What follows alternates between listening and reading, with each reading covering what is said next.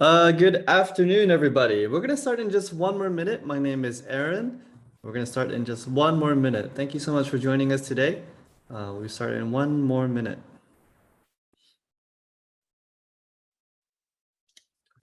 The chat room is open if you want to say hi, you want to say something, or even ask any questions. The chat room is open. If you can navigate to your little chat box, I can see your questions and comments over here.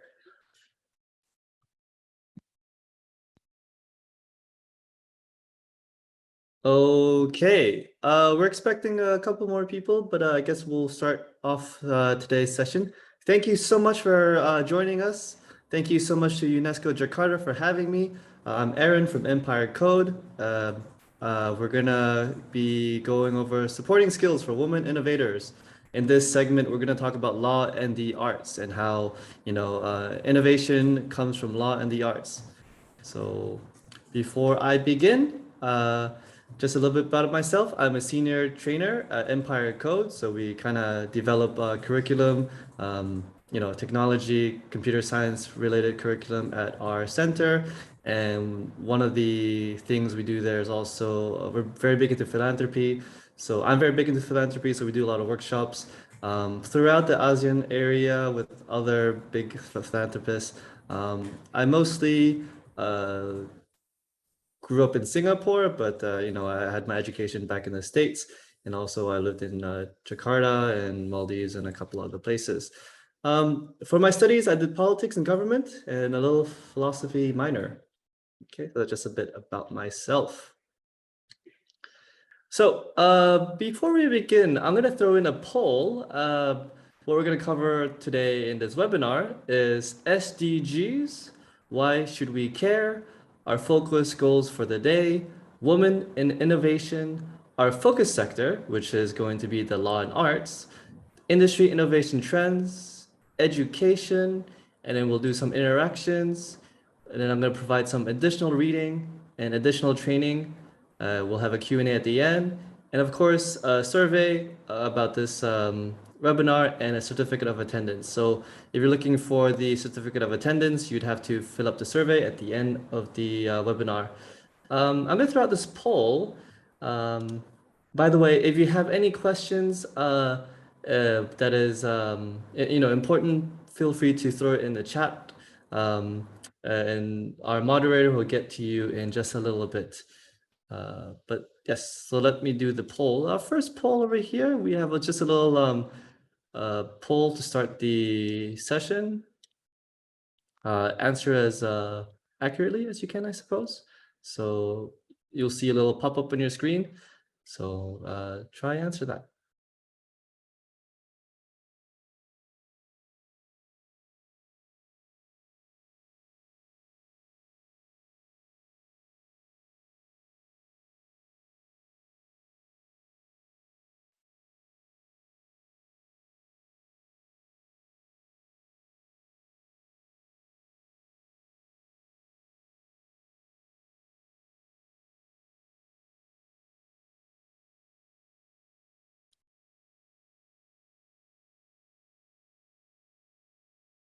Okay, I see some answers coming in. I'm gonna let it run for just a little bit, maybe 2 more minutes, and then we'll talk about the poll. Oh, some of the questions are multiple choice, so you can select just more than one answer if you have, you know.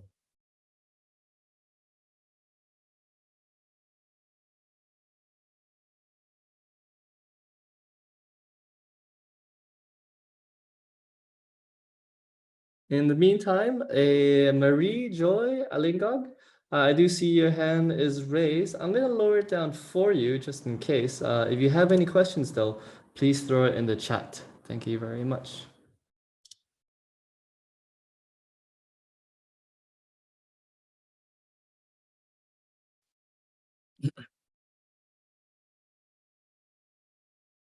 Okay. I see I see a lot of feedback coming in, but so I'm going to stop the poll in just 1 more minute.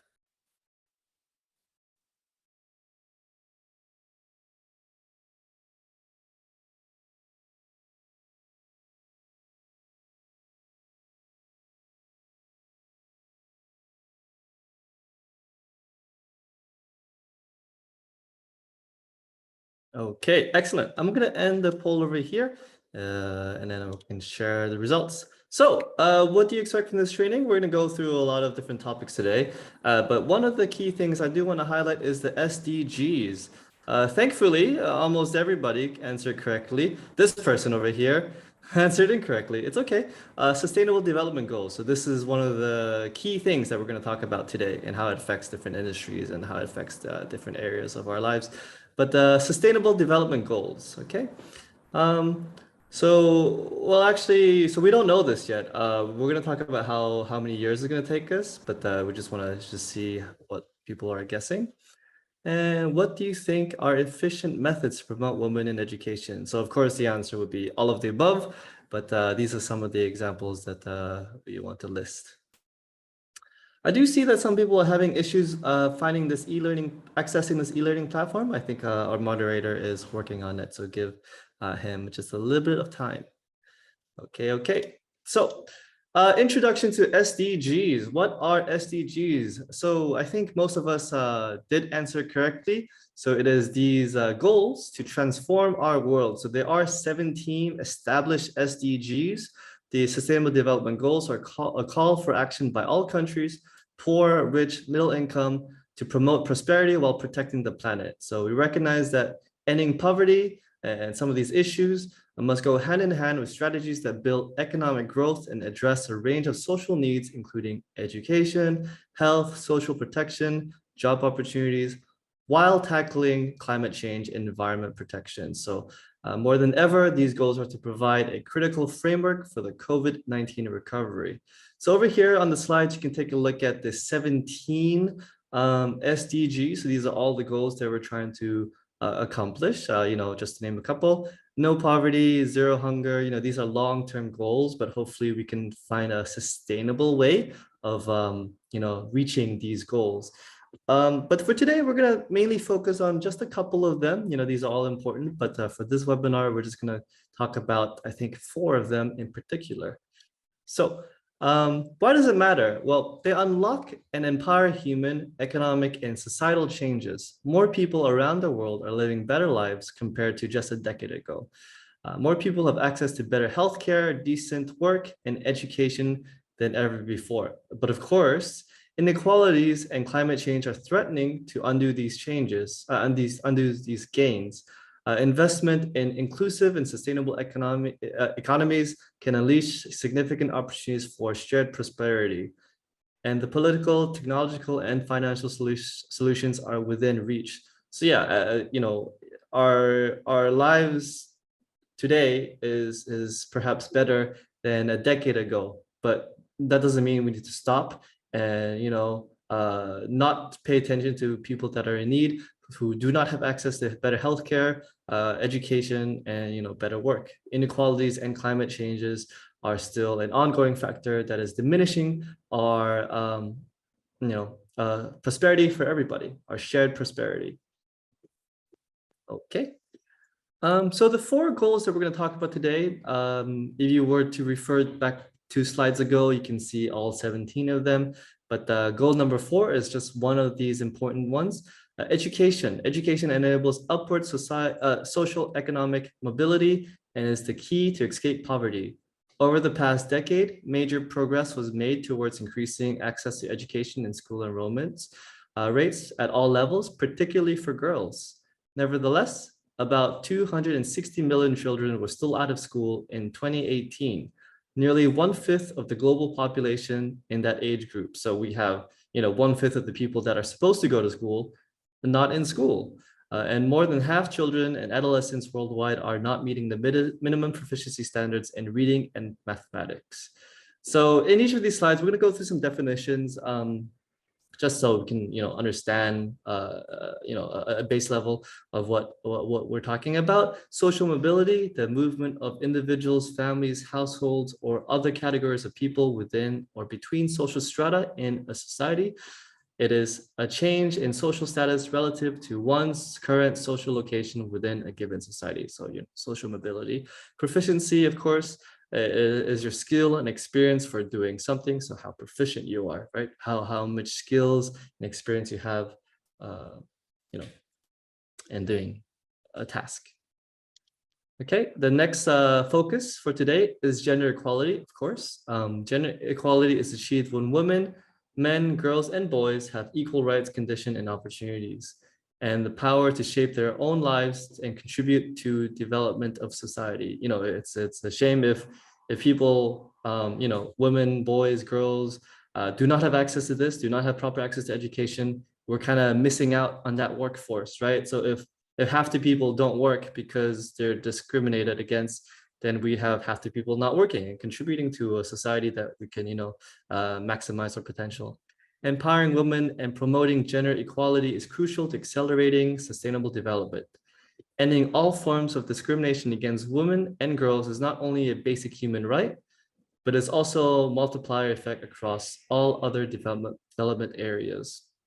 Some definitions: empowerment, the process of becoming stronger and more confident, especially in controlling one's lives, claiming one's rights. So yeah, so this is one of those biggest issues about equality and how maybe some, you know, gender or even races have different, you know, rights, and we want to have equal rights to everybody. That's like a basic human right. Discrimination is the act of making unjustified distinctions between human beings based on categories to which they're perceived to belong to. As the speakers before from the India Institute of Science, so stereotype is one of them, you know, gender is obviously one of them. Okay. Industries, innovation, and infrastructure. So goal number 9, again, if you refer to the slides previously, you can see all 17 of them. And this is just one of those goals that we're going to focus on today. Innovation, technology, progress are key to finding lasting solutions to both economic and environmental changes, such as increased resource and energy efficiency. Globally, investment in research and strategy as proportion of GDP increased from 1.5% in 2000 to 1.7% in 2015 and remained almost unchanged in 2017. So you see a huge gap of years, but it was only increased less than 1% in developing countries and at most, 0.2% in an average. So we need to try to figure this increase in developing nations as well as, keep it maintaining in developed nations. Industries, a group of manufacturers or businesses that produce a particular kind of goods or services. Innovation, the action or process of making changes in something established, especially by introducing new methods, ideas, or products. Infrastructure is the physical and facilities needed for the operations of a society or enterprise. So yeah, I'm going to go through all the slides today. So remember, all these slides are available on this share link. I know maybe a couple of people are having some issues with that. Let's figure that out in just a little bit. Yeah, so let's go on to the next one. And finally, goal number 17, partnerships for the goals. The SDGs can only be realized with a strong global partnership and cooperation. Of course, we need everybody to work together. One of the strategies is, rich, poor, everybody has to work together. The successful development agenda requires inclusive partnerships at the global, regional, national, and local levels, built upon principles and values and upon a shared vision and shared goals, placing people and the planet at the center. We are more powerful together. Yep. Okay. So women in innovation, no doubt we're trying to promote women in innovation. One of those industry thing, technology, innovation industry, we're clearly lacking women in woman. It's a very male, woman discriminated industry, stereotypes all aside.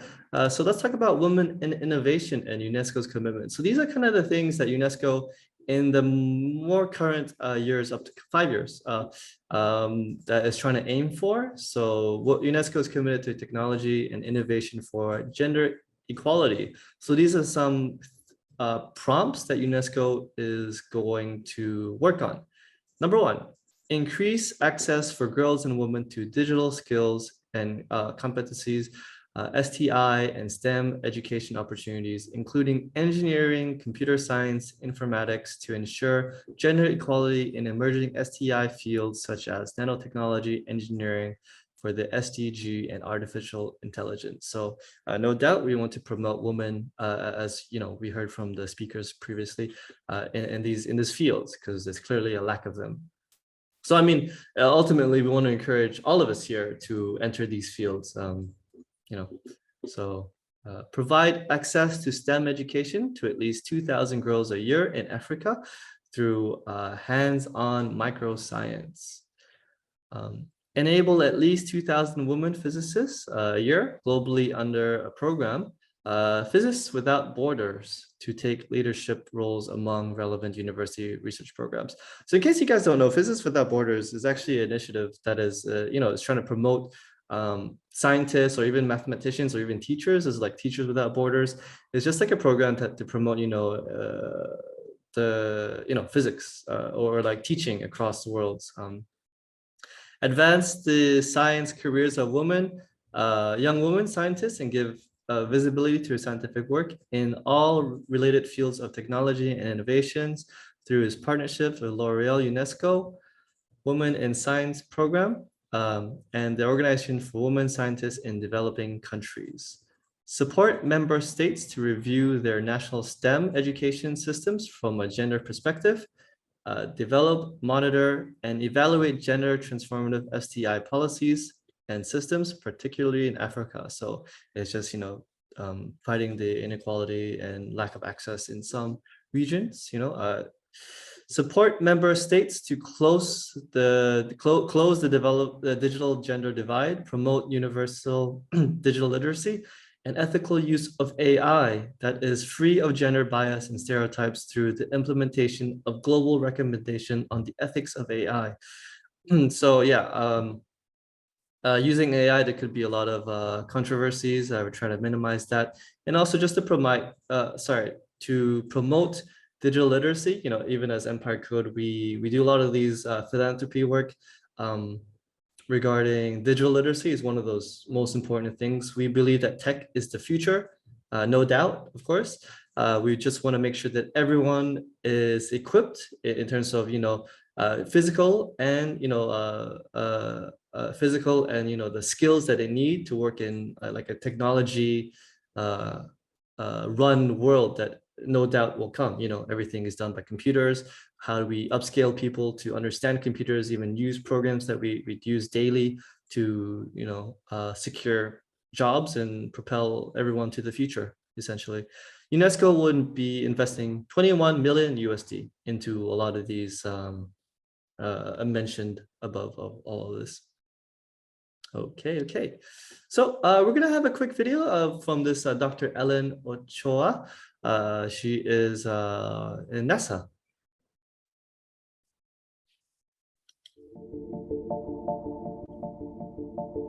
We do a disservice to society as a whole if we are not providing the same kinds of encouragement to women to contribute as we do to men. So to me, it's all about understanding, that inherently women and men are of equal worth, have equal amounts to contribute, and we absolutely need to make sure that we are getting those contributions from women. I'm Ellen Ochoa, an inventor, a NASA astronaut, and director of Johnson Space Center. People often ask me, if I decided I wanted to be an astronaut when I was a little girl, and I say, well, of course I was following the Apollo program. I think everybody in the country was following the Apollo program, and I was 11 when they landed on the moon for the first time. Listen, Tranquility Base here. The Eagle has landed. Nobody was going to ask a girl at that time, hey, do you want to grow up and become an astronaut? Because women weren't astronauts and really weren't allowed to be astronauts. T-minus 10, 9, 8, 7, 6, 5, 4, 3, 2, 1, and liftoff of Space Shuttle Discovery. It is a really exciting ride, you're at once you're trying to sort of experience the ride, but you're also paying attention to what's going on because you have to be ready at any second. The year before I went on this mission, I had been named to a presidential commission on the celebration of women in American history. So one of the things I thought of as I was going through this commission, knowing that I was going to be heading into space and that there were 3 women on the flight, was to get one of these flags from the National Women's Party that was used in the early part of the 20th century as women were fighting for the right to vote. So I was able to get a flag and to bring it with me into space, and then to be able to unfurl it in the new International Space Station, which was so significant because of the part that it played in getting women the right to vote. Getting a patent wasn't something I'd ever thought about when I first went to graduate school, or even, probably most of the way through my research, but we got to a point where I think my main thesis advisor, Professor Goodman, suggested that we talk to our, patent and technology office at Stanford. I certainly never thought of myself as an inventor, and I didn't go to graduate school to become an inventor or to get a patent. It really kind of came up as part of the process. I mean, there's so many different ways that invention and innovation are used in our society today, but it is a way that people can contribute from all walks of life. I never really thought about being a mentor to others till I was well into my career. And yet I see college students who are wonderful mentors to high school students. I see high school students who are wonderful mentors to middle school students. I wish I had thought a little bit more about that when I was those ages, but you don't have to wait, till you're older to really make an impact on other people's lives. I know myself how important it is to see somebody else doing that maybe you have something in common with or can relate to in some way. It was certainly an inspiration for me when the first 6 women were selected for the astronaut program, and Sally Ride in particular, because she was a physics major like me, and because she went to Stanford, which is where I went for graduate school. And that helped me picture myself as an astronaut, which really seemed, like such an impossible dream. So I know how powerful that can be. And if there's anything that I can do to help students, just dream bigger dreams, have bigger goals, think about doing more than maybe they would have otherwise, then that's just hugely rewarding to me. I think about how I draw inspiration for the women who came before me and how meaningful that is to me, and to think that I might have that role in other women's lives. I think it's just another gift that I've gotten from NASA with what I've been able to do there.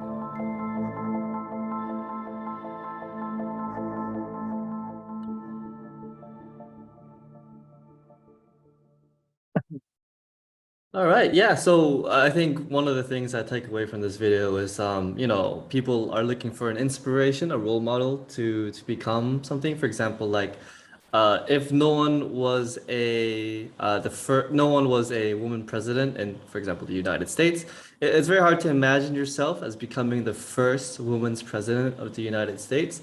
But after, like, oh, let's say we have a woman's president, then it seems like a more tangible dream, tangible career choice, don't you think?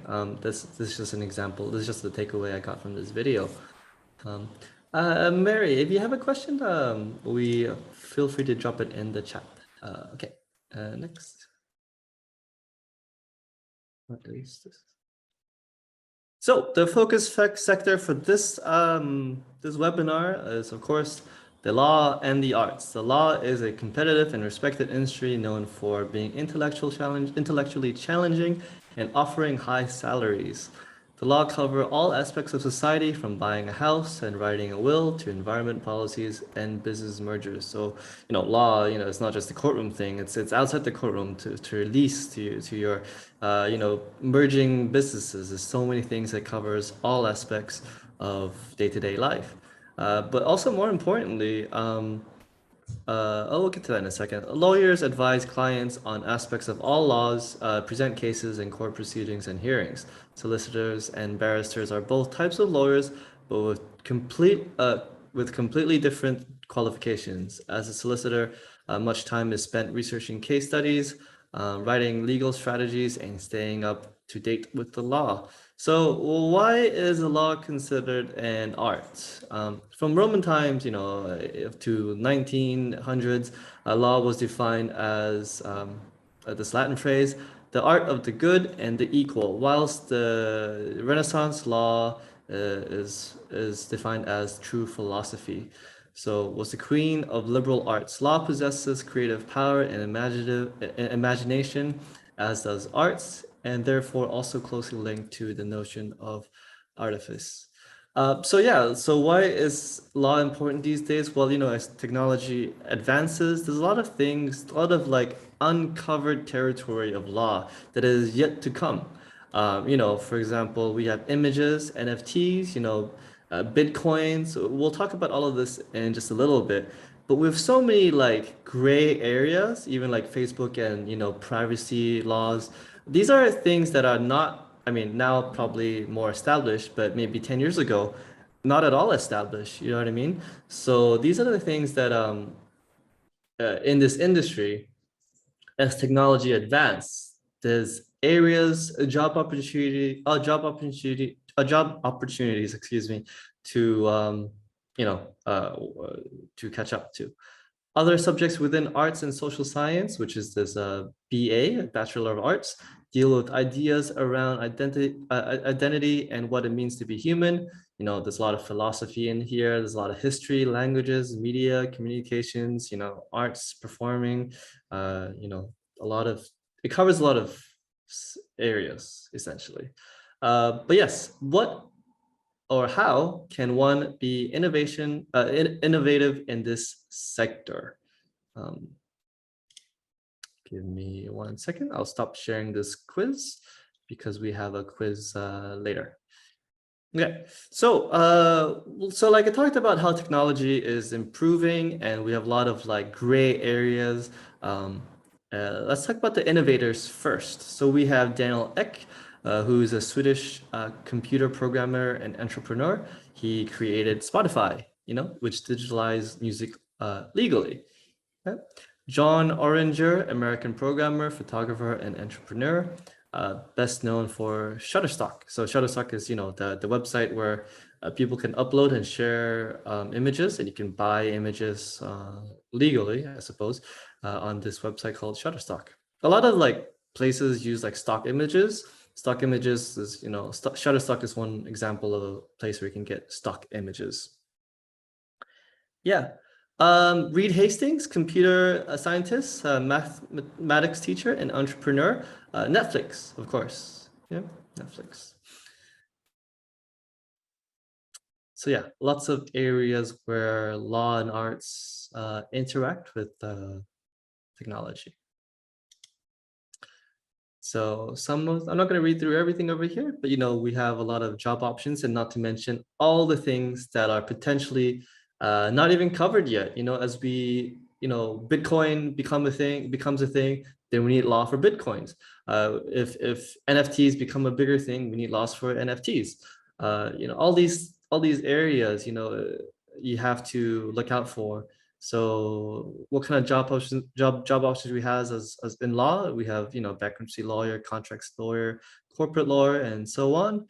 In film, we have animation, cinematic production, in film critics, film editing, talk about film history, talk about film theory, visual effects, with all sorts of different options.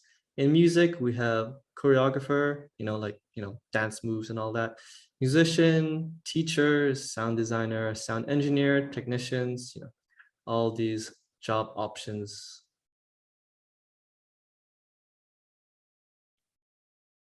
Okay, so these are the very important industry innovation trends. So these are the kind of the most important innovation trends that we've experienced in or will hopefully experience in the recent years. So we have artificial intelligence, no doubt, very big keyword, AI, right?